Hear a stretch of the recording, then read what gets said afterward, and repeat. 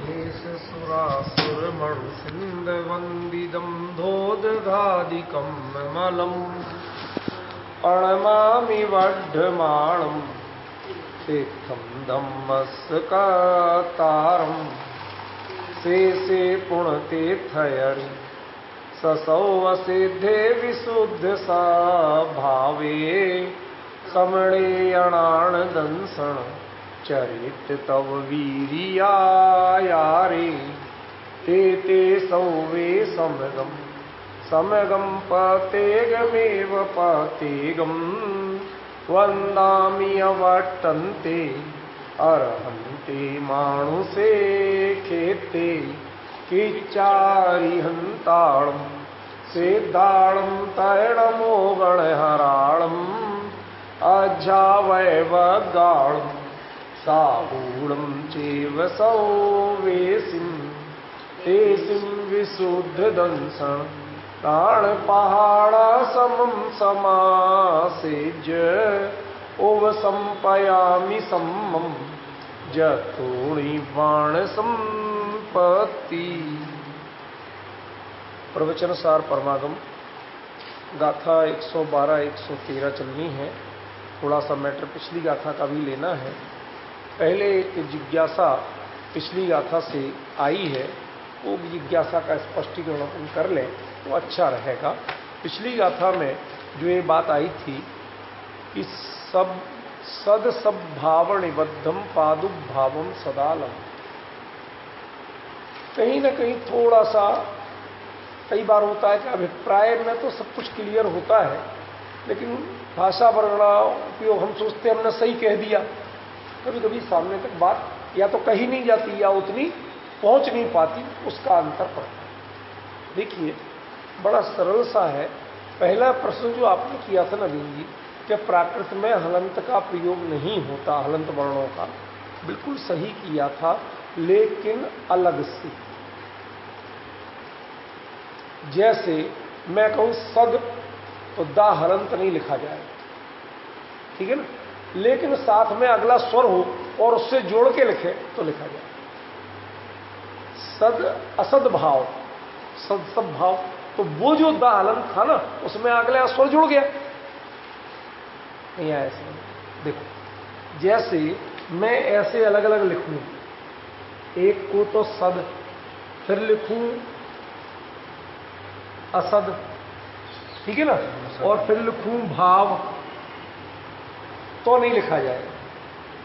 लेकिन यदि हम इसको इस आ को इसमें जोड़ दें, ठीक है ना, और फिर लिखें सद, तो इस सद को सद भी नहीं लिखें, इसको आधा बा बना दिया और भाव, तो भाव शब्द यहां भी अलग है, यहां भी तो यह हलंत का प्रयोग हुआ है। यदि आप मूल शब्द देखेंगे तो सद और असद ये मूल शब्द, ठीक है ना, बगैर हलंत, माने हलंत नहीं, मूल में जो आप जिस रूप में देख रहे हैं उसमें तो वो हलंत वाले संस्कृत के ही है। अब उसको हम प्राकृत में कैसे लिखें, यही अंतर आ रहा ना।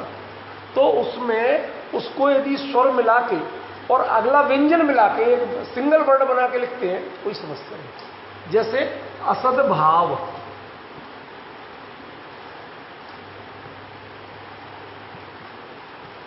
ये दो शब्द थे अलग अलग, असद और भाव, और हमने इसको बना दिया असद्भाव।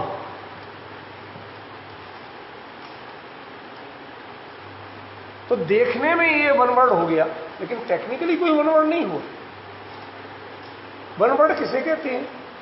जब विभक्ति जहां दी जाए वहां तक उसको एक पद माना जाता है, टर्म माना जाता है, समझ गया।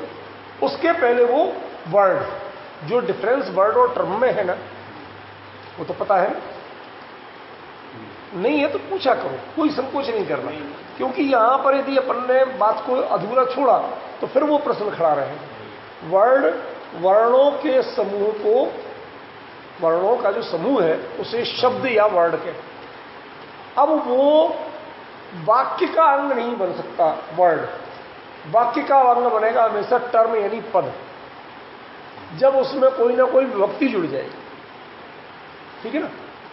राम अकेला ये कोई अर्थ नहीं। अब राम जाता है तो वहां भले ही वो रामो गच्छति, ओ जो जुड़ गया ना, हिंदी के हिसाब से ने जो जुड़ गया ना, तब वो वाक्य का अंग बनेगा।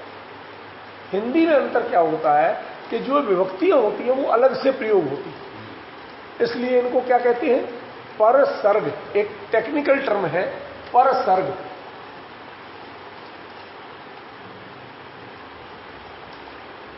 परसर्ग माने जब मूल शब्द से विभक्ति का प्रयोग अलग से किया जाए तो उसको कहेंगे परसर्ग, और जब मिला के किया जाए तो उसको कहेंगे विभक्ति।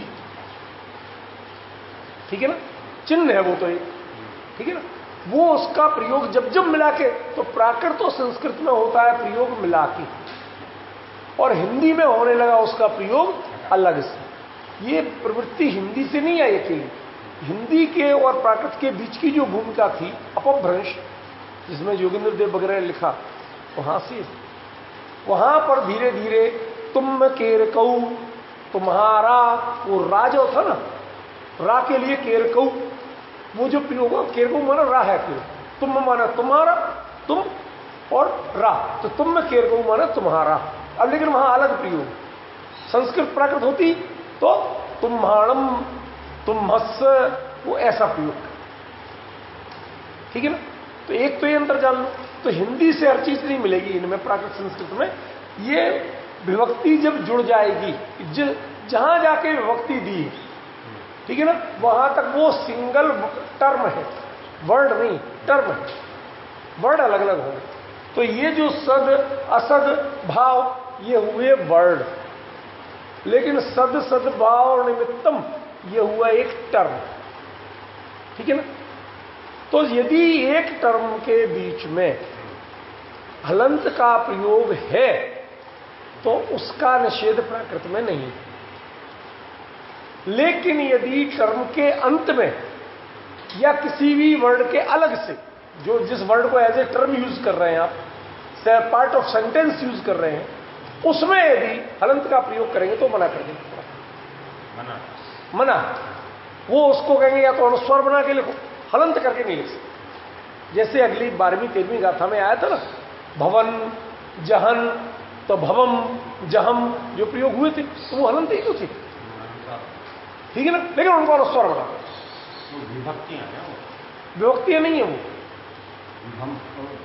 भवन जो है वो प्रेजेंट कंटिन्यूअस टेंस का ये कृदंत रूप है, ठीक है ना। जहन और भवन दोनों एक जैसे, ये थोड़ा थोड़ा आप देखो, हर चीज को क्रम से एकदम से तो पूरा वही व्याकरण की क्लास नहीं हो सकती, लेकिन थोड़ी थोड़ी चीज नोट कर लो, थोड़ा थोड़ा सीखते जाओ, सब चीजें आ जाएंगी, ठीक है ना। तो ऐसे प्राकृत में हलंत का प्रयोग मना है, माने हलंत लगा के कोई वर्ड अलग से नहीं लिखा जाएगा। उसका मतलब ये है, ये नहीं है कि वो ऐसे किसी शब्द को प्रयोग ही नहीं होने देगा, एज ए वर्ड प्रयोग होने देगा, एज ए टर्म प्रयोग नहीं, ठीक है। तो ये तो उसका उत्तर हो गया। अब आपका जो प्रश्न था कि सद्भाव और असद्भाव का मतलब क्या, ठीक है ना। तो अब जो ये आचार्य देव ने यहां कहा है कि सद्भाव निमित्त और असद्भाव निमित्त, पिछली गाथा में चर्चा किसकी थी, द्रव्यार्थ और पर्यायार्थ, ठीक है नहीं थी, नहीं इसमें भी, इसके पिछले में भी है, ठीक है ना।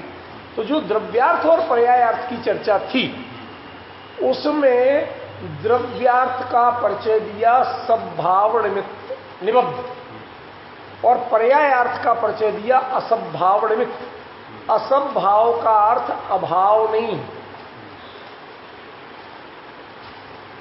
संजय भाई आपने चेतन में अभाव होता ही नहीं, मैं दूसरी बात बताऊं। अभाव, लेकिन प्राग भाव, प्रध्वंस भाव, अन्योन्य भाव, अंतत्य भाव, ये तो अभाव ही है ख्याल में ना। तो दुनिया में 4 अभाव है नहीं, ऐसा थोड़ी है। फिर तो सर्वम सदैव नीतम भवती सुखी, फिर तो सब घेलम पेल वो सर्वव्यापी अद्वैत ब्रह्म वाली बात आ जाएगी। फिर अभाव, यदि आप अभाव भूलोगे तो आया था ना, काय द्रव्य मुनादि स्यात् प्राग भाव से नभे प्रध्वंस से धर्म से प्रत्यवेनताम ब्रजेत।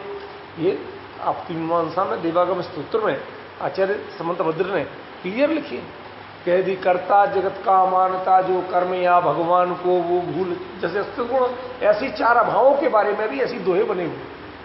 ठीक है ना। यदि प्राग भाव नहीं मानोगे तो क्या आफत आएगी, प्रध्वंसा भाव नहीं मानोगे तो ऐसा नहीं है, अभाव कुछ होते ही नहीं। अभाव और असद भाव दोनों में अंतर, द्रव्य और पर्याय में परस्पर अभाव नहीं है, असद भाव, अतद भाव, असद भाव, यहां प्रयोग है असद भाव शब्द का, जो प्रयोग है अभी अपन उसी को समझे। तद्भाव और अतद्भाव वो एक वस्तुनिष्ठ अलग व्याख्या है, सद्भाव और असद्भाव ये कालनिष्ठ व्याख्या है।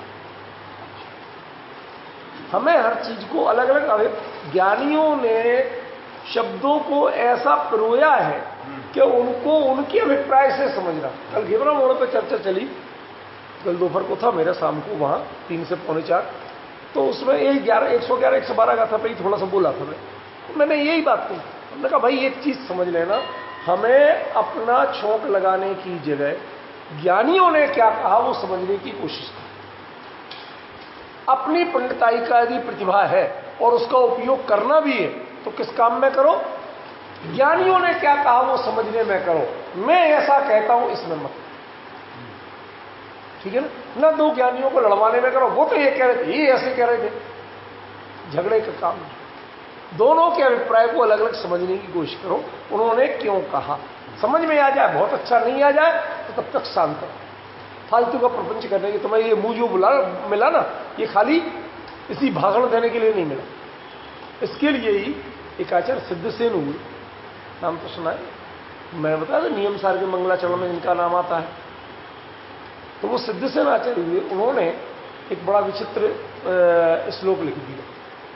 वो लिखते देव खातम च वदनम, भाग्य से माने अब संगी पंचेंद्री कर्म का उदय है तो जो 4 इंद्री में ही मुंह मिल जाता है, ठीक है ना। स्पर्शन रसना घ्राण चक्षु श्रोत, तो रसना 2 इंद्री में ही हो जाता वो तो कहने को। तो अब जो भी है देव खातम च वदनम, जो मुंह मिला मुरूपी गड्ढा, एक से मिला भाग्य से।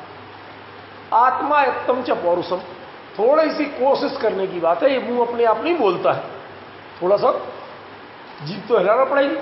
आत्मा यत्तम च पौरुषम, श्रोतारा संति सर्वत्र, सुनने वाले तो इस हिंदुस्तान में कहीं भी मिल जाएंगे। लोग बंदर का नाच दिखाते हैं तो बंदर बंदरिया का ब्याह कराएंगे, लेना नहीं देना नहीं, बंदर बंदरिया को समझते नहीं, उनको तुमने ऐसे ऐसे घुमाना सिखा दिया, लो साहब फेरे हो गए, समझ गए ना। दिन में 20 बार फेरे कराता है, समझ।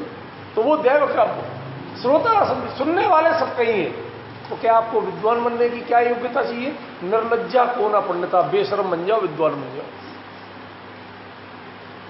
कहते सबसे बड़ी योग्यता है समझे।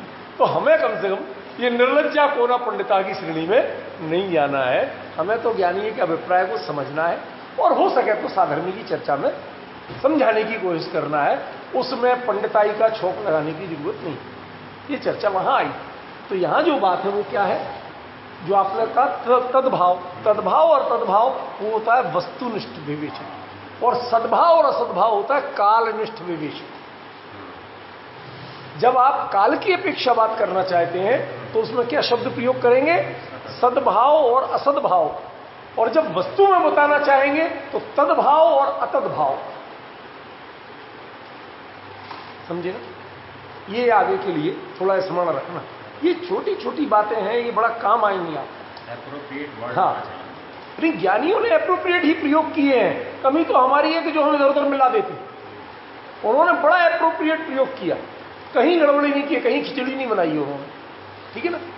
तो सद्भाव निबद्ध माने जो काल की अपेक्षा हमेशा विद्यमान है, ठीक है ना। असद्भाव निबद्ध माने जो स्वकाल में तो विद्यमान है पर अन्य काल में विद्यमान नहीं, समझ में। इसी को इसकी टीका में अभी मैंने देखी, वैसे मैं नॉर्मल नहीं पढ़ता हूं पर अभी देखी, आपका प्रश्न था, और ये जो मैं तो पहले से आते ही लिख दिया था, आलाप पद्धति में आचार्य देवसेन ने लिखा है, ये अन्वयिनो गुणा व्यतिरेको पर्याया, पढ़ा होगा। गुण द्रव्य तो एक जैसे पक्ष है, और त्रिकाली पक्ष और एक क्षणिक पक्ष, तो जो पर्याय को व्यतिरेकी कहा, ठीक है ना, और गुण अन्वयी, जो हर समय जिस समय विद्यमानता है, और व्यतिरेकी जो अपने समय में है दूसरे समय में नहीं है, वो व्यतिरेकी। और व्यतिरेकी माने न्याय का अन्वय व्यतिरेक नहीं है। वो न्याय में अन्वय व्यतिरेक क्या होता है संजय भाई? अरे नहीं आता तो यहां पूछा करो, यहां तो बेधड़क पूछो, कोई शर्म करने की जरूरत नहीं है। कह रहे ये लोग तो जानकार हैं और मैं ये, ऐसा कुछ नहीं है। यहां सबको उतनी ही प्रायोरिटी है, इसलिए कोई संकोच करने की जरूरत नहीं। मैं तो भाभी से कहता हूं, जब जो नहीं आए बेधड़क पूछो, मैं बताऊंगा। न्याय में अन्वय व्यतिरेक मात्र कारण कार्य भाव सिद्ध करने के लिए दिया जाता है, वस्तु स्थिति बताने के लिए नहीं दिया जाता। जैसे धुआं कारण भी है और अग्नि कार्य भी है, उल्टा अग्नि कारण है और धुआं कार्य है। बताओ सही क्या है? अग्नि कारण है, धुआं कार्य वस्तु में, लेकिन ज्ञान में कि धुआं का ज्ञान कारण है और अग्नि का ज्ञान कार्य। क्योंकि पहाड़ पे आपको धुआं दिख रहा, अग्नि तो दिख नहीं रही। यदि अग्नि पहले से दिख रही होती तो अनुमान करने की जरूरत ही नहीं थी। जो चीज प्रत्यक्ष हो उसका अनुमान नहीं किया जाता। अनुमान किसका किया जाता है? जो प्रत्यक्ष नहीं है, दिख नहीं रही, दूसरी कोई दिख रही, तो उससे उसका अनुमान कर। तो धुएं का ज्ञान कारण और अग्नि का ज्ञान कार्य, ये काय में जानने के लिए, होने के लिए नहीं, ये आपकी सुविधा के लिए ये है। और वस्तु में क्या अग्नि कारण है और धुआं कार्य। क्लियर? तो ये तो है न्याय की शैली, ठीक है ना। तो उसमें अन्वय और व्यतिरेक उसको कहते हैं कि जहां जहां धुआं होता है वहां वहां अग्नि होने पर होना, ऐसा बताना, उसका नाम अन्वय। और जहां जहां अग्नि नहीं होती वहां वहां धुआं भी नहीं होता, नहीं होने पर नहीं होना, ऐसा कहना, उसका नाम व्यतिरेक। मोटी मोटी बात समझ में? भाई हम किसी को साहब जहां जहां ये होते हैं वहां वहां ये पाया जाता, जहां जहां ये नहीं होते वहां वहां ये भी नहीं पाया जाता, तो आप ऐसे ही बताते। इसका मतलब है ये दोनों एक दूसरे से जुड़े हुए हैं, एक दूसरे के कारण कार्य रूप है, कहते ना। उनका नाम होता है अन्वय व्यतिरेक, ठीक है ना। यहां पर वैसे कारण कार्य के अर्थ में नहीं है। यहां पर जो अन्वय और व्यतिरेक कहा वो किस रूप में कहा? काल से निरंतरता, वो अन्वय, और स्वकाल के अलावा अन्य काल में नहीं होना, उसका नाम व्यतिरेक। ये दोनों में अंतर। इसलिए मैंने कहा था ये न्याय शास्त्र वाला अन्वय व्यतिरेक नहीं है। शब्द का प्रयोग वो जरूर है, लेकिन वो जैसे न्याय के कारण कार्य पड़े में घटाते ऐसे नहीं घटाते। यहां ये कारण कार्य नहीं है, ठीक है ना। जहां जहां पर्याय नहीं होती वहां वहां द्रव्य भी नहीं होता, ऐसा कुछ नहीं घटाया गया है। यहां क्या कहा गया? स्वकाल में है, अन्य काल में नहीं है, इसलिए इसका नाम व्यतिरेक। उस व्यतिरेक को ही यहां क्या कहा गया? असद भाव, ठीक है ना। अब तीसरी चीज, ये अभी यार पूछने वाले हैं, मैं मुझे पता है पहले से, इसलिए वो खुद बता रहा हूं कि फिर उसके बाद आपने कई भी कहा था, सिद्ध किया था बड़े डंके की चोट के पर्याय कभी, अभी भी वही बोल रहा हूं, स्वकाल के अलावा। इसलिए अभी हमारे शब्द संतुलित हैं। कई लोग होते ना, जब गंगा गए गंगादास, जमुना गए जमुनादास, बिल्कुल वही, ऐसा नहीं। राम की जय तो राम के दरबार में तो राम की जय, राम की जय, राम कौन होता है? ऐसा नहीं। उसकी मर्यादा हमें बना के रखें ख्याल में। तो अपने मैंने क्या बोला आपको? स्वकाल में सद्भाव और अन्य काल में असद्भाव, ठीक है ना। जिसमें कालगत, काल एक फैक्टर है, उसको कहा असद्भाव निमित्त। जिसमें काल कोई फैक्टर नहीं है, एवरी टाइम जो है, उसको कहेंगे सद्भाव निमित्त, ठीक है ना। ये इसका दोनों का अंतर था। पर्याय में फिर तो समझ में आ गया। फिर अभी जो एक शब्द और था, मैं वो पूरा कर दूं, फिर आपकी बात सुनता हूं। पाडुभावम सदा लभति, जो कहा था आचार्य ने कि वो हमेशा प्रादुर्भाव को प्राप्त होता है, वो मुख्य रूप से वस्तु और ज्ञान, वस्तु में उस काल में और ज्ञान में सदा काल। केवली के ज्ञान में कौन से समय पता नहीं चलता है, सदा काल। लेकिन वस्तु में वह पर्याय विद्यमान है कब? कि उसी काल में विद्यमान है, अन्य कालों में। अब कल वहां समय था बहुत थोड़ा, और फिर आप लोगों के पास तो क्या एक भूमिका से निरंतर चर्चा चल रही है, तो हम अगली बात कह लेते हैं। वहां तो थोड़ा बेस लेके भी बताना पड़ता है, तो थोड़ी बात बताई तो अब वो महिपाल गायक जी आए हुए, ये क्या आपने तो बिल्कुल प्यास जगा के छोड़ दिया। प्यास तो जग गई ना, आ जाओ। मैंने मना कब की? अपनी कलाओ आप, चलेगा, उससे आगे चलेगा, सुन लेना। अब आप सोचो कि आपने एक और तो आप टाइम भी फ्रेम फिक्स कर दो कि उसके बाद इनका प्रोग्राम, उसके बाद ये प्रोग्राम। मतलब भाई मैं अपनी समय की मर्यादा का उल्लंघन नहीं कर सकता। लेकिन कल वगैरह हमने तो आपकी हमने बातें सुनी थी, बहुत चर्चा सुनी थी, पोस्ट पढ़ते थे उनकी। एक बार सुने तो सुदीप जी क्या कह रहे हैं, कहते हम तो पहली बार सुन रहे थे, हमें तो बहुत जिज्ञासा हुई। अच्छा भी ये जिज्ञासा हुई तो बहुत अच्छी बात है, आप भले व्यक्ति हो, ठीक है ना। टोनमल जी ने लिखा कि धन्य है वो जीव जिन्हें ऐसी जिज्ञासा भी हुई। वो तो बढ़िया बात है, जिज्ञासा ये बहुत शुभ लक्षण है। लेकिन जिज्ञासा करके छोड़ देना ये सगल हो जाता है। हमारे लिए क्या करना चाहिए? यदि जिज्ञासा है तो उन्होंने लिखा ना, नृत्य कुतूहल तत्व को मरियम देखो धाय। पढ़ा है? नृत्य कुतूहल तत्व को आई कथम मृत्वा न तत्व कौतूहली सन। जो उसी का है ये हिंदी अनुवाद, पांडे और कवि उल्लासदास जी ने लिखा है। क्या जो समय सार में कलश है ना, पहले शुरू में ही, आई कथमपि मृत्वा तत्व कौतूहली सन अनुभव भव मुहूर्ते पार्श्ववर्ती मुहूर्तम। हे संसारी भवमूर्ते, हे संसारी जीव, अपने स्वरूप का पड़ोसी बनके एक बार उसका अनुभव कर, मरना पड़े तो मर जा, इस कीमत पे भी तत्व कौतूहली सन, तत्व का कौतूहली तो हो। यहां तो जिज्ञासा अब किसी के कोई कमेंट नहीं करते अपन, ठीक है ना, वो रूप अलग है। ज्ञानी क्या कहते हैं कि जिज्ञासा हो तो पीछे पीछे वहां जाए, वो छोड़ नहीं सकता उसको। ख्याल में आज हम लोग बस अपना क्या हो गया, दुनिया को सर्टिफिकेट मत दो भैया। यदि तो प्यास जिसको होगी तो वो पानी मांगेगा। ख्याल में है ना।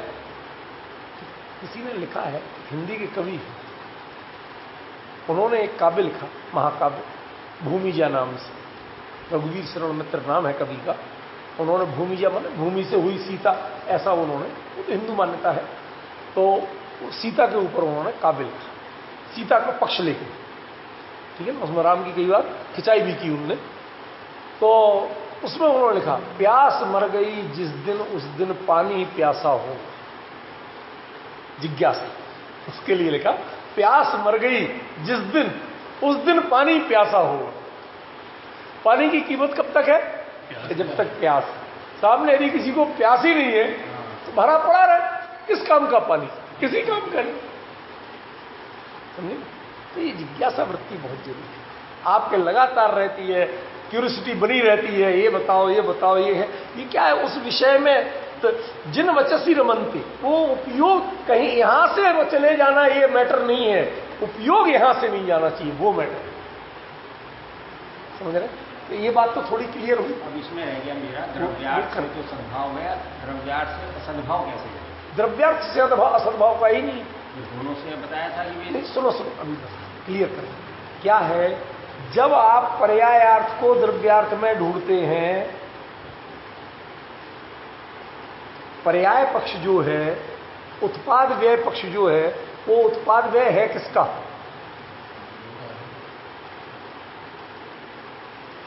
जो पर्याय हुई वो किसकी? द्रव्य की है ना। जो ये कहते हो ना आप द्रव्य की, ठीक है ना, द्रव्य की है, द्रव्य में है, द्रव्य तद्रूप परिणमित हुआ। सोच समझ के बोलना। क्यों? क्योंकि द्रव्य यदि तद्रूप परिणमित आपको दिख जाएगा तो फिर द्रव्य दिखना बंद हो जाएगा। द्रव्य यदि पूरा पर्याय रूप दिख जाएगा, सुनो घबराओ, बड़ा सरल सा दृष्टांत देता हूं। कोई व्यक्ति रावण का रोल कर रहा है, रोज सुबह प्रक्षाल पूजन करने वाला, किसी की नार को झूठ मूठ में स्वप्न में तक विचार नहीं करने वाला। अब ठीक है, अभिनेता अच्छा था, और उसका डिलडोल भी था। तो सबने निवेदन किया कि उसने रावण को डायलॉग आके कर दी। अब उसे रावण माना जाए कि नहीं? नहीं, वो रावण रूप परिणमित हुआ कि नहीं? एक सेकंड के लिए अब उस समय पिक्चराइजेशन क्या हो रहा है कि बिल्कुल रावण, उसने जितना अच्छा रोल निभाया पूरे गांव में कोई नहीं निभा सकता था। लेकिन सारा गांव इस बात की गवाही देता है कि ये व्यक्ति रावण जैसा कभी हो ही नहीं सकता। रावण का रोल सबसे अच्छा निभा सकता है, लेकिन रावण जैसा नहीं हो सकता। दो बातों का अंतर समझ रहे हैं? ये अंतर, ये जो असड़ भाव कहा ना द्रव्यार्थ में, वो पर्याय का, द्रव्य पर्याय रूप कभी परिणमित नहीं होते और पर्याय कभी द्रव्यत्व को प्राप्त नहीं होते। समझ गए? ये दरअसल क्या है, एक यहां पर जो बात कही गई है वो केवली की दृष्टि से, यदि यही बात क्षोभसम ज्ञान की दृष्टि से कही गई होती तो पता क्या अंतर आता? आप तुरंत खड़ा करते बौद्ध को और उसको नित्यवादी ब्रह्मवादी को, समझ गए ना? सर्वम नित्यम सांख्य को। तो अब आप सांख्य और बौद्ध को खड़ा करते, मतलब क्या है? इन दो को खड़ा करने का मतलब क्या है? कि आपको दो मत दिख रहे हैं। जिनेंद्र भगवान ने जो वस्तु व्यवस्था कही है वो नहीं दिख रही। क्षणिकपना माने बौद्ध, नित्यपना माने सांख्य। तो तुम क्या हो कि हम नित्य में अनित्य दोनों कह देते नहीं। यहां बात जानने की है, वस्तु स्वरूप में होने की है। एक सज्जन मेरे से बोले, कल की ही बात, बड़े उससे बोले, कहने लगे साहब देखो अनेकांत की बात है, एकांत की बात नहीं। मैंने कहा भैया मैं तो सम्यक एकांतवादी हूं, आप जैसा चाहते वैसा अनेकांतवादी ना मैं हूं ना मैं बन सकता।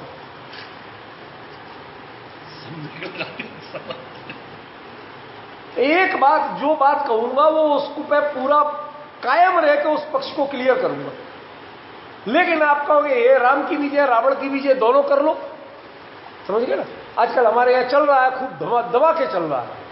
लोग उधर कर्मकांडियों उनकी भी जय जयकार करते हैं, ठीक है ना? जो आपके यहां जैन तत्व ज्ञान को गाली देते हैं उनके पैर छूते हैं। हम अपने विद्यापीठ में रोज देखते हैं, ठीक है ना? उनके पैर छू, क्यों? ताकि हमारी लोक मान्यता बनी। मेरे को सारे लोग चिढ़ते हैं, ये कट्टर जैन है। कट्टर जैन माने क्या? ठीक है मैं जैन हूं, कट्टर क्या होता? तो मैं जैन हूं तो जैन के अलावा जो मेरा श्रद्धान है उसके अलावा किसी को नहीं मानता। तो मैं मारता तो नहीं हूं, गाली तो नहीं देता, अपशब्द तो नहीं बोलता, तिरस्कार तो नहीं करता। अरे मैं क्या, इसमें कट्टरता क्या है? मेरा दृढ़ श्रद्धान है कि मैं यही मानूंगा, दूसरा नहीं। अब व्यवहार पक्ष भी है ना? ये व्यवहार पक्ष का मतलब क्या होगा? व्यवहार पक्ष का मतलब यह है, देखो महावीर स्वामी ने वही बातें माता ज्ञान की माता जी बता रही थी। महावीर स्वामी ने स्त्री के हाथ से वो कौन सी सती वो है नाम, हाँ बोलो, मुद्दे की बात बोलो, लंबी जोड़ी में। आहार लिया था। हाँ तो माता जी जैसे माता जी ने बताया, कह लगा ये वो व्यवहार पक्ष था। उसमें क्या है कि उसका जो उद्धार करना था उसी तरह से था, उससे आहार लिया, जैसा बताया। देखो ऐसा है, ये सब बेकार, ये बेकार की बातें हैं, ये बेकार की बातें हैं कि उनका उद्धार करना था। सुनिए शब्द सुन, मैं बहुत जिम्मेवारी से बोलता हूँ राजकुमार जी, ये मैं आपकी किस बात को बेकार की कह रहा हूं? तो उद्धार करना था। ये सब बेकार की बातें हैं। उनके ऐसे उस समय जो कहते हैं ना, भवि भागन वच जोगे वसाए तुम धुनी हुआ, भगवान की जैसे दिव्य धुनी होती है वितरक अवस्था में, कहते भव्य जीवों का भाग्य और भगवान के लिए वचन योग दोनों मिल गए तो हो गई। अब उस समय उनको वैसा राग आ गया। राग चंदन वाला के उद्धार का नहीं था। राग क्या था कि मैं उन्हें तो भोजन के विकल्प को टालना था, समझ गए ना? भोजन के विकल्प को टालना था और उपवास का परिणाम था नहीं। तो मैं निकलूंगा लेकिन ऐसा मिले जैसा मुनि धर्म में अनुमति ही नहीं है। अब जब अनुमति ही नहीं है, वैसा होगा तो मिल भी जाएगा तो आहार नहीं लेना, तो लिया नहीं उन्होंने। अरे यार पूरी बात राजकुमार जी बोलने तो दोगे कि नहीं बोलने दोगे? बोलो, बोलो। मुझे तो बीच में मत बोलो, जब सुन लो। क्या कहा आपने? मैंने ये कहा कि यदि वैसे ही स्थिति बनी रहती तो वो हार नहीं ले सकते थे कि बाल मुड़े हो, बेड़ी पड़ी हो, दीन अवस्था हो, नहीं ले सकते थे। अब उसी समय वो, अब चाहे चमत्कार कहो या जो भी कहो, जो भी घटनाक्रम हुए, उससे बाल भी पूरे हो गए, ठीक है ना, लहलाते हुए, वस्त्र भी ठीक हो गए, हथकड़ी बेड़ी भी सारी खुल गई, स्वतंत्र स्थिति में थी, ठीक है ना। तो आहार लेने का निषेध नहीं। तो वो तो अपनी ऐसी आंकड़ी लेके निकले थे कि हम तो ऐसा नियम करेंगे कि हो ही नहीं, हमें भोजन का विकल्प नहीं। वो तो अपने ऐसे चल रहे थे। चंदनवाला का उन्हें कोई किसी ने जाके मैसेज दिया था ऐसा। तो हम असल में लोगों को जो ये व्याख्या का सबसे बड़ी खतरनाक चीज है, व्याख्या का, ये क्या व्याख्याएं करते हैं, किस ढंग से समझाते हैं बात को, बड़ा डेंजरस लगने लगा मुझे आज। परिस्थितियां भी दिखती तो आप मान लेते। अरे पहले ये तो देखो महावीर का हृदय क्या था। एक भावलिंगी संत किसी स्त्री के बारे में सोच सकता है? हार की बात है। मैंने जब आप आंकड़ी लिए घूम रहे थे, कई दिन तक नहीं लिया, इसका मतलब क्या है कि वो चंदनवाला के बारे में सोचते घूम रहे थे? तो फिर तो जब वो सोचे ही नहीं रहे थे तो उद्धार की भावना कहां से आ गई? आप बात को समझिए। हम थोड़ी थोड़ी भावुकता में बह के असल नुकसान किसका करते हैं? अपने सिद्धांत का नुकसान। उससे मुनि धर्म बदनाम हो रहा। इनकी वोट ले लेके आज यदि कोई करने लगे, कल मैंने किसी का सुन लिया, कोई हिंदुओं के बाबा जी, तो कहे साहब उन्होंने जाके वेश्यालयों कोठों में जाके प्रवचन दिए। What is this? साहब इनके मुकाबले उनका उद्धारक कोई नहीं है, ऐसा महापुरुष नहीं देखा। तुम्हें ये विकल्प आया क्यों? तुम्हें वो दिखी क्यों? कभी देखी थी क्या? नहीं, विकल्प ही क्यों आया? जब आपका वो ज्ञान का विषय नहीं है तो उसका विकल्प क्यों आया? वो दुनिया की दृष्टि से अच्छा है बुरा है ये मैटर नहीं है। मेरा एक तर्क वितर्क करना उद्देश्य नहीं है। मेरा प्रश्न ये है कि यदि आप इन सब के एरिया से बहुत दूर रहने वाले एक साधक जीव हो तो आपको ये सब बातें पता कैसे चली?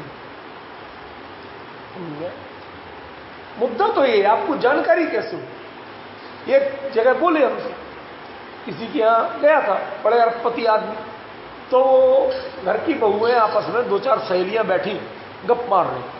तो एक कह रही दूसरे से, मैं तो स्टेशन का, अभी की नहीं ये बात है, करीब करीब आज से 25-30 साल जब मैं पढ़ता था, 32 साल तो मुझे नौकरी करते हुए तब की बात।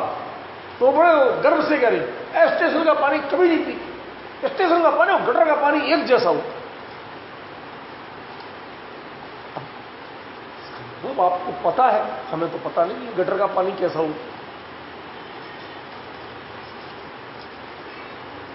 अरे भाई आप ये बातें कह कैसे सकते हैं? जब आपकी भूमिका इतनी प्यूरिफाइड है तो उसमें ये जानकारी देखने में कहो तो हम एक बार मान लें। आप जब टेस्ट वाइज बात करोगे तो हमें फिर शंका होगी कि आपको पता कैसे, ठीक है ना। ऐसे ही महावीर को सहज, वो चंदना थी या कौन थी, वो मौसी लगती थी या क्या, कोई प्रकरण नहीं, कोई विकल्प नहीं, समझ में आया ना, कोई विकल्प नहीं, सहज में दिख गई। उसने आवाज लगाई, हे स्वामी नमोस्तु नमोस्तु। जो मुनिचर्या में जो चीजें होती हैं, जो उसके अंग हैं, वो लक्षण मिल रहे थे तो कदम ठिठक गए। चंदनवाला के लिए नहीं ठिठके थे। हमने जो ये व्याख्या की वो बहुत हमारे लिए खतरनाक है। आप सम्यक एकांतवाद में रहिए। जो अनेकांतवाद का जो आजकल दुनिया को राजी रखने का जो ढंग है ना, इससे आपके तत्व की हानि हो। ये ध्यान रखना जीवन में, इससे नुकसान सिर्फ तत्व का हो रहा है, सिद्धांत का हो रहा है। लोग आत्महित को जनहित समझने लगे। ये वोट खरीदने के लिए नहीं है, ये तो तत्व को समझने के लिए है चर्चा, समझ गए? इसलिए इस तत्व की चर्चा को जन लोक लुभावनी चर्चा मत बनाए। मुझे भी ऐसे बोलना हो तो मैं भी ऐसी साधारण बातें करूं, अभी यहां की पब्लिक सारी बैठने लगे, क्या करूंगी? नहीं कर सकते ना। मेरे लिए मनुष्य जीवन बहुत थोड़ा लग रहा, मुझे ये सब राग नहीं। मैं तो यही चर्चा करना चाहता कल में। तो जो मैं सम्यक एकांत की बात कह रहा था वो बहुत जरूरी।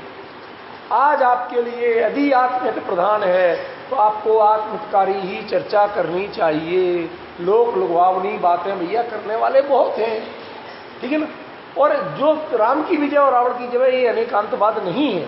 अनेकांतवाद भी सम्यक और मिथ्या दो तरह का हो, समझ गए ना।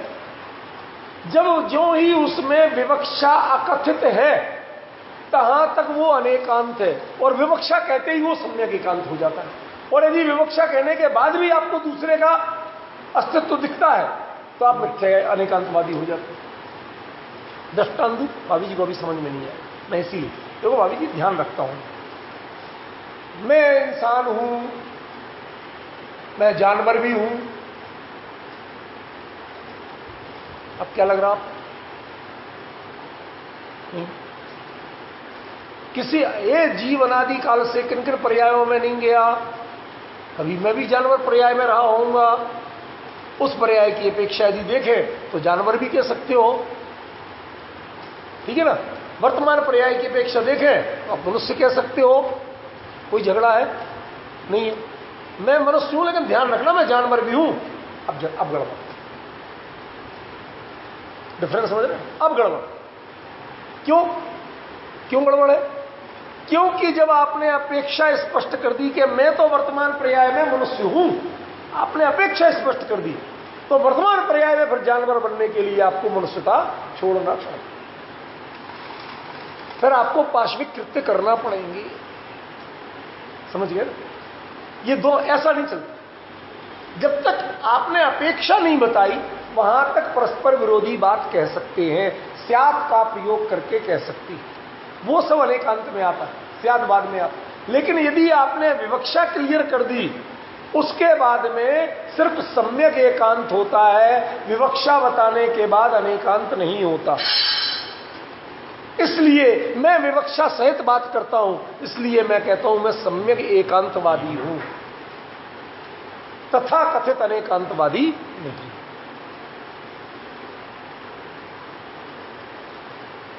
आचार्य ने लिख दिया था ना, सम्यक में लिखा दर्शन ज्ञान चरित्र, तो उन्होंने आगे सम्यक और जोड़ दिया था। वही वाली बात आप कर रहे हो। अब आप जो भी कहें आप मुझे मैं कुछ भी नहीं, मैं एक सिंपल ज्ञानियों ने क्या कहा उनके अभिप्राय को खोलने वाली बात कर रहा हूं। मैं इसमें अपने लिए कहीं खड़ा ही नहीं कर रहा। ख्याल में मैं इतना मानता हूं कि मैं अपेक्षा खोल रहा हूं, इसलिए मेरा जो दृष्टिकोण, मेरा जो चिंतन है वह सम्यक एकांतवादी है। जो अपेक्षा नहीं खोले वही सम्यक अनेकांतवादी हो सकता है। अपेक्षा खोलने के बाद अनेकांतवाद सम्यक नहीं रह सकता। ये मेरा क्लियर विजन। संजय भाई आई आज सम्यक का ये शब्द और भी खुल जा रही है। हमारे लिए बहुत सी चीजों का उस दृष्टि से देखते नहीं ना। हमने 90% चीजें हमने बाबा वाक्यम प्रमाणम सुनी। हमारा जैन दर्शन अनेकांतवादी है, अनेकांत का विरोध नहीं कर सकते। अरे साहब नहीं कर सकते, नहीं करें। तुम कहो राम बीज रावण बीज दे ही अनेकांत, अच्छा भैया ठीक है हम भी कर लें। हमें पता ही नहीं है कि अनेकांतवाद होता क्या है। अनेक एकांतों का समूह, सामूहिक रूप, उसको अनेकांत कहते हैं, जिसमें विवक्षा स्पष्ट नहीं है। वस्तु में भिन्न अनेक चीज होना अलग चीज है, और वचन में अनेक बात कहना वह स्याद्वाद है। जब तक आपने विवक्षा नहीं कही तब तक स्यात् लगाया कथनचित, और जो ही अपेक्षा कर दी तो उसके बाद में कथनचित हट जाएगा। कथनचित हटने के बाद फिर दूसरी चीज खड़ी नहीं रह सकती। क्यों? क्योंकि मैं जिस अपेक्षा अस्ति है उसी अपेक्षा नास्ति नहीं, ठीक है ना। यहां जो सद्भाव निबद्ध कहा उसमें अपेक्षा सबसे प्रमुख चीज, ठीक है ना।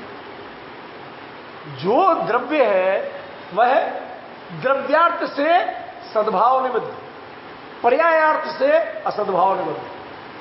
पर्याय जो है वो तावत काल में, उस काल में जिस काल की है उस काल में सद्भाव निबद्ध है, और कालांतर में असद्भाव निबद्ध है। उसमें द्रव्य की बात नहीं आ रही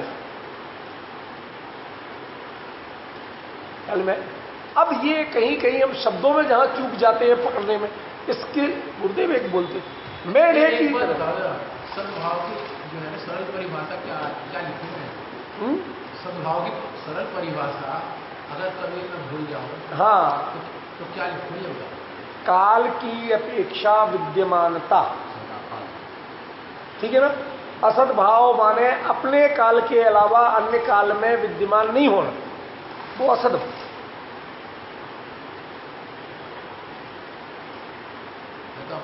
नहीं बिल्कुल बिल्कुल सही है, आपकी बात हम मानते हैं, आपको हम उस बात का पूरा सम्मान भी देते हैं। तो बात थोड़ी क्लियर हुई ना संजय भाई।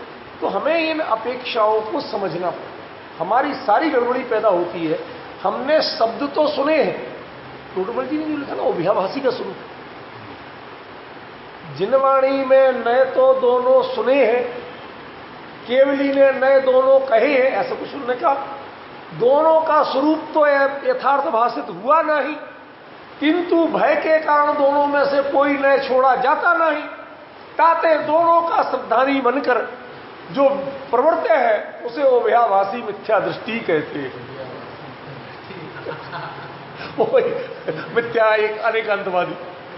दोनों में से कोई छोड़ा जाता नहीं। क्यों? जिनवाणी में कहे हम कैसे छोड़ दूं? अरे भले आदमी, जब हमारे यहां कितना अच्छा दृष्टांत दिया अमृतचंद्र आचार्य ने कि जैसे कोई मखानी से दही बिलोती है तो ये एक आकर्षणीयंती, एक को खींचती है, दोनों को खींचे तो टूट जाए, समझ गए ना। एक को शिथलयंती, एक को ढीली करती है, एक को फिर इसको खींचती है तो इसको ढीला करती। ये हमें विवक्षाओं का ये ध्यान रखना पड़ेगा। और लेकिन आजकल चलने लगी मिक्सी, इन्हें बटन दबा वो उसे कुछ नहीं पता कि कौन खींचती और कौन छोड़ती। या तो मशीन चलाई, बटन ऑन किया और सब बटा बराबर। ये सोच का अंतर है, वो दृष्टांत ही नहीं रहेगा, समझाए कहां से। ठीक है, कल ये बहुत चर्चा में चला मेरा, कई लोग एक दो भाई मिल गए, उनसे 1-1.5 घंटे इस पर चली, भैया ये सम्यक एकांतवाद और अनेकांतवाद, आप लोग तो एकांतवादी हो गए। हाँ, सम्यक एकांत। हम उस एक पक्ष की अपेक्षा क्लियर करके बात करते हैं, जब दूसरे पक्ष की है तो उसकी अपेक्षा क्लियर करके बात करेंगे। उसमें ये नहीं मिलाएंगे, इसमें वो नहीं मिलाएंगे, सद्भाव में सद्भाव नहीं मिलाएंगे, असद्भाव में सद्भाव नहीं मिलाएंगे, द्रव्यार्थ में पर्यार्थ नहीं मिलाएंगे, पर्यार्थ में द्रव्यार्थ नहीं मिलाएंगे। लेकिन दोनों ही हमें कैसे है? पादुर्भावम सदा। केवली का ज्ञान ऐसा है कि दोनों का प्रादुर्भाव सदा रहता है, उसके लिए कोई टाइम की लिमिट नहीं है। हमें इधर का इधर देखना, इधर का इधर देखना। लेकिन केवली कैसे? सर्वतो चक्षु, चक्षु माने आंखें, ज्ञान की अपेक्षा कहा कि केवली कैसे? सर्वतो चक्षु, उन्हें सब ओर से दिखता है, तो कहीं सिर घुमाने की और उपयोग बटाने की जरूरत नहीं। ठीक है। किसी को क्या कहा गया? आगम चक्षु शब्द सुने, ठीक है ना।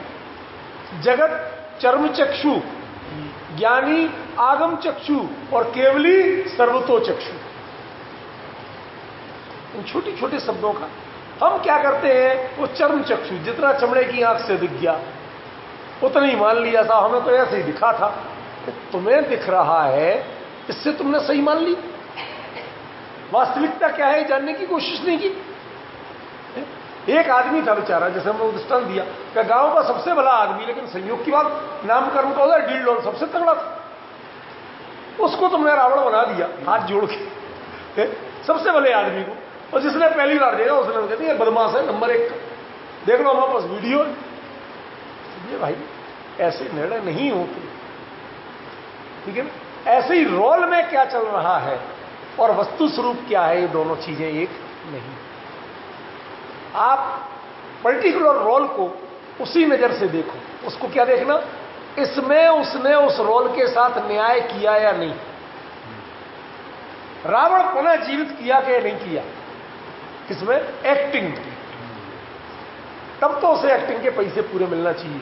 लेकिन वो मंच से उतर के एक भी व्यक्ति के साथ रावण का काम कर दे तो जूते पूरे मिलना चाहिए। दोनों बातें। वही लोग जो उसे पैसे पूरे दे रहे थे वही उसके विरुद्ध FIR कराने तैयार हो जाए। क्या अंतर है भैया? तो मंच पे तो तुम खुद करवा रहे हो वही काम, और मैं नीचे करूं तो। एक्टिंग एक अलग चीज है और जीवन एक अलग चीज है। तुम एक्टिंग को जीवन में मत घुसाओ, ठीक है ना? पर्याय को वस्तु स्वरूप पे आरोपित मत करो। वो एक समय का रोल है, ठीक है ना? केवली के ज्ञान में सदा प्रादुर्भूत है, लेकिन वस्तु में वह उस काल में ही प्रादुर्भूत है, उसके अन्य काल में आगे पीछे वस्तु स्वरूप में प्रवेश की हुई नहीं है। मोह का परिणाम ये हुआ जीव के कि नहीं हुआ? जीव के ही हुआ, लेकिन पर जीव के नहीं। जीव के नहीं हुआ माने आत्मा के स्वभाव रूप में उसने स्वभाव को विकृत नहीं कर दिया, स्वभाव को प्रभावित नहीं कर दिया। आप इस चिंता से कह रहे हैं, वो बात सही है, लेकिन जीव के हुआ कि नहीं हुआ? हुआ।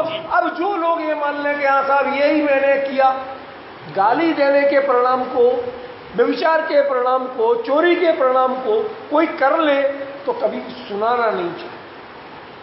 कि सुनाना चाहते नहीं सुनाना चाहिए। क्यों? आपने अशुभ पर्याय माना और शुभ पर्याय। अरे साहब मैं रोज प्रक्षाल पूजन करता हूं, सबको सुनाता हूं। कौन है भैया? कौन है? अरे जैसे वो बुराई में जो अमृतचंद्र आचार्य लिखा ना, अमृतचंद्र आचार्य की शैली कहीं की बहुत गजब की। उन्होंने पाप अधिकार के शुरुआत में पहला कलश जो है, एको दूरा तेजति मदिराम ब्राह्मणत्वाभिमाना अन्य शूद्रा स्वयं स्नाति नित्यम तैव द्वाप्येतो युगपदुद्रा निवृतौ शूद्रिकाया। क्या चक्कर? दो बच्चे शूद्रा के पेट से, गर्भ से एक साथ पैदा हुए, एक ब्राह्मण के घर में पड़ा और एक शूद्र के। तो कहता है एको दूरा तेजति मदिराम ब्राह्मणत्व, मैं ब्राह्मण हूं, इस अभिमान से वो मदिरा को दूर से दूर रहो, दूर रहो, दूर छू मत लेना, बगल में से निकल जाना, बात आ जाएगी मुझे। अन्य शूद्र, दूसरा कहता मैं तो शूद्र हूं, स्नाति नित्यम, मैं यहां तो नहाने को भी मिल जाए तो और अच्छा, पीने को तो पी ले। क्या है? तो सही है, ये सब एक्टिव है, ये वस्तु स्वरूप नहीं है। आत्मा कभी भी ऐसा पुण्य पाप रूप होता नहीं। यदि वो स्नाति नित्यम चाहिए, वो शूद्र वाली हरकतें तिरस्कार के योग्य हैं, वह वस्तु स्वरूप में आरोपित नहीं करना चाहिए, तो ब्राह्मणत्व का अभिमान भी वस्तु स्वरूप में आरोपित नहीं करना चाहिए। ऐसा कुंद कुंद की जो दृष्टि थी, ये हिम्मत किसी और में नहीं, ये विजन किसी और ने नहीं दिया कि पुण्य को भी जो पाप के समान कहे वो ज्ञानी है। कौन बताए भैया? इस युग में ये वस्तु की दृष्टि कोई देने वाला और नहीं था, इसलिए कहते हैं हुए हैं ना होएंगे मुनिंद्र कुंद कुंद से, उन जैसा कोई नहीं। क्या विजन था उनका, अद्भुत, बियॉन्ड दी कंपेयर। समझे? वो चीज हमें समझना पड़ेगी। आज कुछ बात आ गई थी क्लियर करने की तो बताई। अब देखो अपना इसकी जो गाथा चल रही थी उस पर थोड़ा आगे चर्चा करते हैं। समय तो थोड़ी बचा है पर चर्चा करते हैं। जीवो भवम भविष्यदि नरो अमरो व परो भवीय पुणो। मेरे ख्याल से अब परो नहीं होना चाहिए, नरो होना चाहिए। रणरो अमरो रणरो भवीय पुणो। कहीं प्रिंटिंग मिस्टेक तो नहीं है। मैं यदि आचार्य ने दिया परो तो उसका अर्थ भी नरो निकलता, परो माने पुनः, तो वो बात वही आ जाएगी। लेकिन यदि कुंद कुंद की शैली को हम देखते हो, नीचे उन्होंने क्लियर किया वैसे ही, ठीक है ना? मणवो देवो मानुषो क्लियर किया है नीचे, मनुष्य देव मनुष्य किया कि नहीं किया? तो उस हिसाब से रणरो अमरो रणरो भवीय पुणो, ऐसा मुझे लग रहा है, ठीक है ना? अभिप्राय तो वही निकल रहा है, अभिप्राय तो दूसरा नहीं है, लेकिन शब्द का थोड़ा सा अंतर है। क्या एक का अर्थ निकालना पड़ रहा है और यदि णरो होगा तो अर्थ स्पष्ट ही अपने आप में, उस पर अर्थ पूछने की जरूरत नहीं। प्रिंटिंग में भी कभी हो सकता है। हाँ चलो, किम दब्बत्तम पजहदी रजहम अण्लोकहम होदी। इसका जो अर्थ कल मैंने वहां बताया वो कुछ थोड़ा सा वो था जो अपने यहां चर्चा हो चुकी, वो बता रहा। अब जो इतने कम समय में जो बता रहा हूं वही बात बता रहा। सुनो ध्यान से। आचार्य कुंद देव, इधर देखो आप, आचार्य कुंद देव यहां से जाते समय क्या सोच के गए विदेश होते, यहां से जाते समय क्या सोच के गए। जैसे मैं आपसे पूछता हूं कि हम लोग कई बार घर छोड़ के टूर का प्लान बनाते हैं, हिल स्टेशन होके आते हैं, फला जगह होके आते हैं, देश विदेश होके आते हैं, बनाते नहीं बनाते, उसकी बात। तो जो हम जाते हैं या ऐसे प्लानिंग करते हैं तो क्या सोच के करते हैं। जब घर में प्लानिंग करते हैं तो हमें उनकी दिव्यता नजर आती कि नहीं है। अरे साहब ऐसे ऐसे सीन होंगे, ऐसे पहाड़, ऐसे झरने, ये और वो सब दिमाग में आकर्षण, ठीक है। और जब वहां सब घूम रहे होते हैं तो सबसे ज्यादा क्या याद आता है कि जो सुकून घर में था शायद कहीं नहीं, अब कब लौटेंगे वापस, होता कि नहीं होता। सच बताओ, जितने चाहे बड़े टूर कर लो, जितने चाहे वेल मैनेज टूर कर लो, जितना चाहे पैसा हो आपके पास, नतीजा कहां आएगा, ये तय है कि नहीं। तो जब आप लौट के आते हो अब चैन मिलेगी, गई का कह सकते कि नहीं, वही बात बताना चाहिए। यहां जो आचरण कर रहे हैं ऐसी कोई संकेत, जाते समय भाव क्या थे, इतना उग्र पुरुषार्थ है, मोक्ष का पुरुषार्थ क्यों नहीं करना। कभी देखो, ये कोई क्रमबद्ध विरोधी चिंतन नहीं, ये भाव आखिर राग की भूमिका है, तो राग की भूमिका में मोक्ष का राग होना, ठीक है ना, उसके प्रति एक उत्सुकता होना कोई अनुचित चीज नहीं। जाते समय भाव क्या थे वो जानो, क्या अंतर हो जाता चौथा काल, तो काल तब का पड़ा मैंने, उसमें चौथा और पांचवा क्या होता, ठीक है ना, वो जानू तो क्यों वहां से हो जाता मोक्ष और यहां से नहीं होता। एक जिज्ञासा, एक क्यूरियोसिटी, वो लेके गए थे, ठीक है ना। और वहां से लौट के आने के बाद क्या लिखते हैं, जीवो भवम, जीव होता हुआ, अपने आप को क्या करे, जीव होता हुआ, भविष्यदि नरो अमरो। अब देखो, भवम नरो, भविष्यदि अमरो, अभी मनुष्य रूप होता हुआ हूं, आगे भविष्यदि क्या, अमरो देव होऊंगा। अमर माने देव, ठीक है ना, आता है ना भक्ता मरा, तो वो भक्ता मरा नहीं है लोग तो ऐसे ही बोलते हैं भक्ता मरा, पता नहीं कौन मर गया, ऐसा नहीं है। भक्त अमर ऐसा है, अमर माने देव, जो भक्त देव थे, ठीक है ना। तो भविष्यदि अमरो पुणो परो भवीय, फिर से पहले वाला होकर, वही होकर, चाहे लड़ो भरी भी वही कर दो तो भी कोई बात तो वही आ रही ना, फिर से वही होता है। ये जो कुछ भी होगा इसमें किम दब्बत्तम पजहदी, मेरे जीवत्व का क्या परिवर्तन होने वाला। यहां व्यग्रता किस बात की थी, अभी महाव्रती उग्र पुरुषार्थी भावलिंगी संत, और यदि यहां से देह छूटी तो कहां जाएंगे, गारंटी से व्रती देवों में जाएंगे, जहां व्रत और संयम जीवन में कभी हो सकते नहीं। तो आपको भी यदि कहने लगे कि आपको भाई साहब, आजकल एक कोर्स सिस्टम चलता है ना अपग्रेड करने का, टिकट अपग्रेड, यदि आपको भाई साहब से एसी 2 टियर की कराई है, एसी फर्स्ट क्लास में दे दी जाए, कोई ऐतराज क्यों, कोई नहीं। और एसी 3 टियर में दे दी जाए तो डिग्रेड नहीं होना चाहिए, अपग्रेड होना चाहिए। लेकिन यदि आपको जब जाना और पहुंचने की प्रायोरिटी हो और यह कहा जाए भाई साहब 2 ऑप्शन है, एसी 2 टियर का कोच आज लग नहीं रहा, 3 टियर का है, मंजूर करो तो दूं और नहीं करो तो आपके पैसे ले लो, अब क्या करोगे? देंगे। अब आपको क्या देखा जाएगा? प्रायोरिटी में आपकी टियर था या मंजिल थी? मंजिल। मैं क्या बताना चाहता हूं, जिसको मंजिल की प्रायोरिटी है उसको टियर की प्रायोरिटी गौर हो कि नहीं? तय है यही बात। किम दम वत्तम पजहदी, द्रव्यत्व में जब मैं देखूं तो देव पर्याय में भी यही द्रव्यत्व रहना है, इस महाव्रत में भी यही द्रव्यत्व है, और पुनः मनुष्य होके जो मोक्ष में भी चला जाऊंगा तो द्रव्यत्व यही रहने वाला है, ये कोई फर्क पड़ने वाला नहीं है।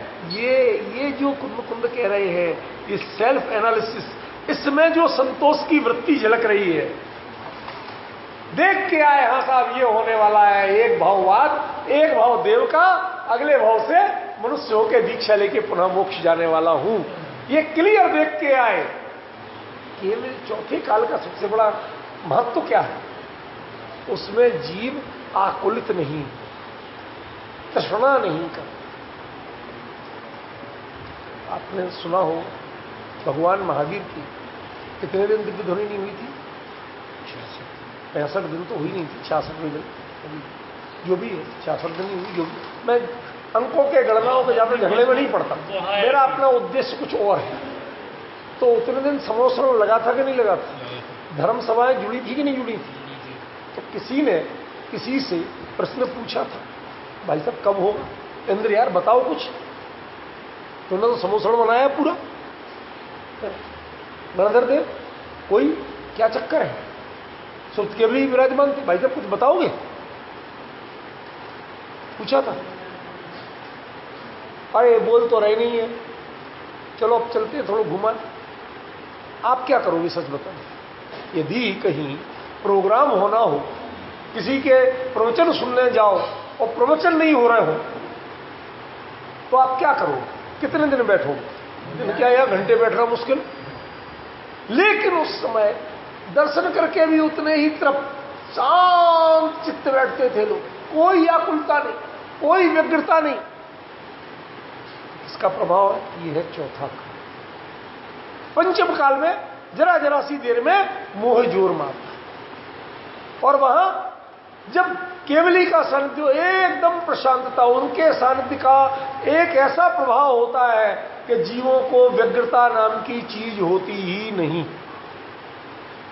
ख्याल में जो व्यग्रता यहां थी मोक्ष की, स्वरूप में निरंतर रहने की, कोई बुराई की नहीं कह रहा हूं, वो व्यग्रता भी वहां जाके एकदम बदल गई, एकदम डाइल्यूट हो गई। किम दम्पत्तम पजहदी, इसमें द्रव्यत्व का क्या छूट जाएगा? यदि पर्याय आ भी जाएगी, देव पर्याय, तो तुम्हारा द्रव्यत्व छूट जाएगा क्या है? तुम 3 टियर में चले जाओगे तो तुम्हारा स्टेटस खत्म हो जाएगा क्या? हमारी मैडम अक्सर मेरे से लड़ती हैं अक्सर एक आध बात पे, इसने बुराई से नहीं। वो कहती है कि अरे पार्टी में जा रहे ऐसा अच्छा लगता, तो काटाती कर। मेरी बिटिया कई बार कहती है, अरे आप इतना अच्छा सफारी पहने थे, उसके ऊपर आपने चप्पल क्यों पहन ली? आपको क्या? उनकी अपनी राग है, ठीक है ना, कोई बुराई से नहीं कहती, उनका राग है, अपनापन है। मैं उनसे एक बात कहता हूं कि मैं जिसके यहां जाऊंगा वो यदि सम्मान या अपमान, स्वागत या अनादर मेरा करेगा या कपड़े का करेगा? जो यदि कपड़े का करना चाहता है तो भाई उसके यहां तो जाना मेरा गुनाह है, उस वो हमें जानते ही नहीं है इसका मतलब। और जो मुझे जानता है, तो वो डॉक्टर साहब आए थे, उसे कीमत नहीं होगी, कपड़ा कौन सा आया था, वही नंगा उगाड़ा नहीं जाऊं, यहां तक तो ठीक है, फटे जूते पहन के नहीं जाऊं, यहां तक तो ठीक है। मैं पसंद करता हूं सिंपल पैंट शर्ट में चले गए, सिंपल कुर्ता पजामा चले, अरे ऐसा हो गया वैसा पार्टी लेके गए और रखे, इतने गलती हो गई, अब क्यों हो गई? तो मुझे ऐसा अच्छा लगता है, तुम्हें ऐतराज क्यों है? समझ रहे ये लेकिन जहां वो दृष्टि है वहां ऐतराज आता है। मेरी बात समझ रही इसमें? यही यहां कहना चाहते, वो जिज्ञासा, ये स्टेटस कहां महावृत्ति और कहां अविरति देव है? ये किसको लग रहा? ये उस व्यग्रता को लग रहा, उस बेचैनी को लग रहा।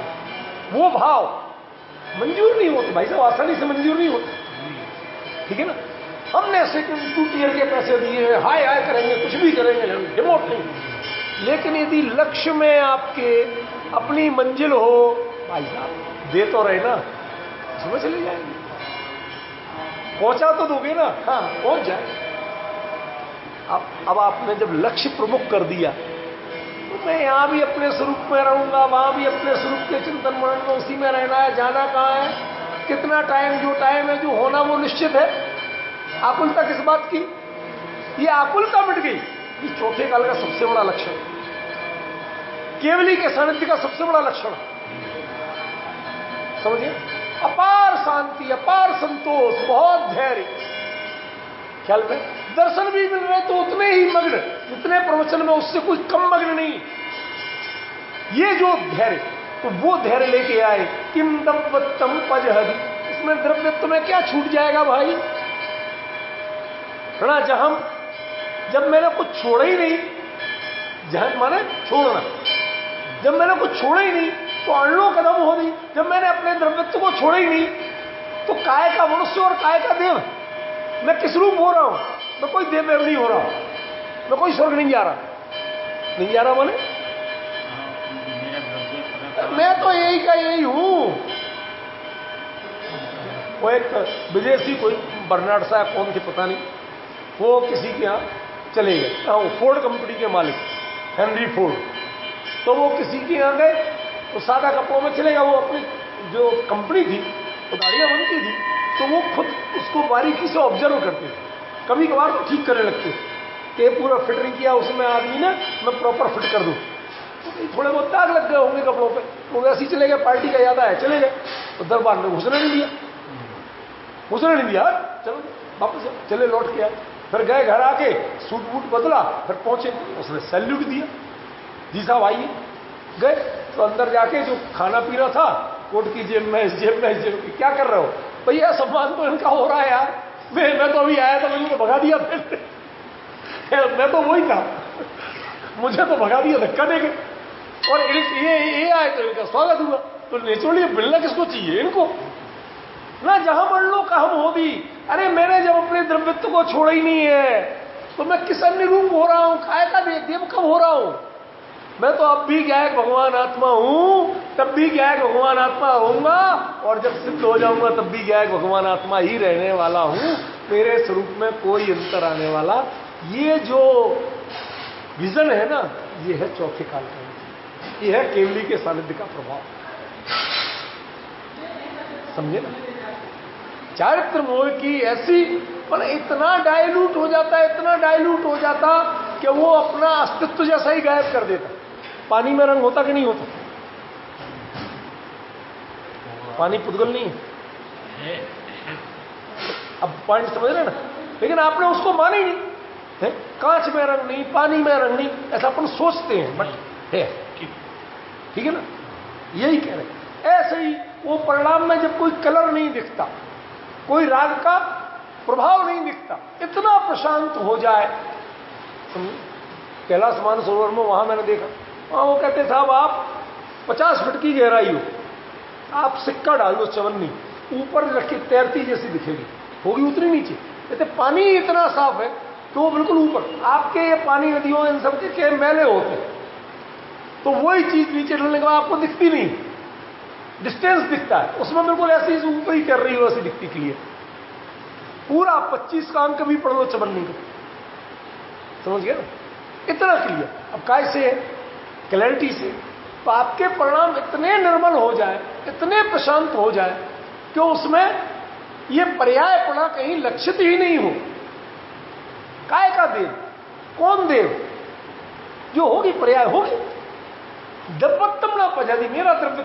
अगली गाथा में मणवोणा हवदि देवो, मनुष्य देव नहीं हो, देवो वा मानसो, और देव पुनः मनुष्य होगा। क्रम तो वो बता रहे, क्रम भी बता रहे, और निषेध भी कर रहे। निषेध की दृष्टि से, सिद्धांत की दृष्टि से। क्रम क्यों? क्योंकि जो बताना है वो बता रहे। और सिद्ध होगा ये मनुष्य देव, देव से मनुष्य ये होगा। एवं अहोज्यमाणो, ये शब्द आपको नहीं बताया था, अहोज्यमाणो।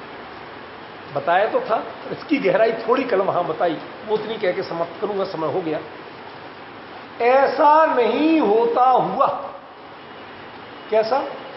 देव मनुष्य तो होना भी, अहोज्यमाणो, मैं मनुष्य हो ही नहीं रहा। देव तो होने वाले हो, अहोज्यमाणो, मैं देव होने वाला नहीं हूं। फिर से मनुष्य होकर सिद्ध हो गए तो वो भी मैं होने वाला नहीं हूं। अनन्य भावम कथम लहदी, कहते मैं तो इस अनन्य भाव को प्राप्त हूं, तो मैं अन्य भाव को कैसे प्राप्त हो सकता हूं? जिसने अनन्य भाव को प्राप्त कर लिया हो, वो अन्य भाव को प्राप्त कैसे कर सकता? समझ गए? या अन्य भाव, व्यतिरेक या असद्भाव, ये सब क्या है? पर्याय। और बाकी सब द्रव्यार्थ। मैंने कहा था ये दोनों गाथाएं दृष्टांत है, सिद्धांत नहीं। बताया था कि उसी चीज पे चल रही है विशेष चर्चा।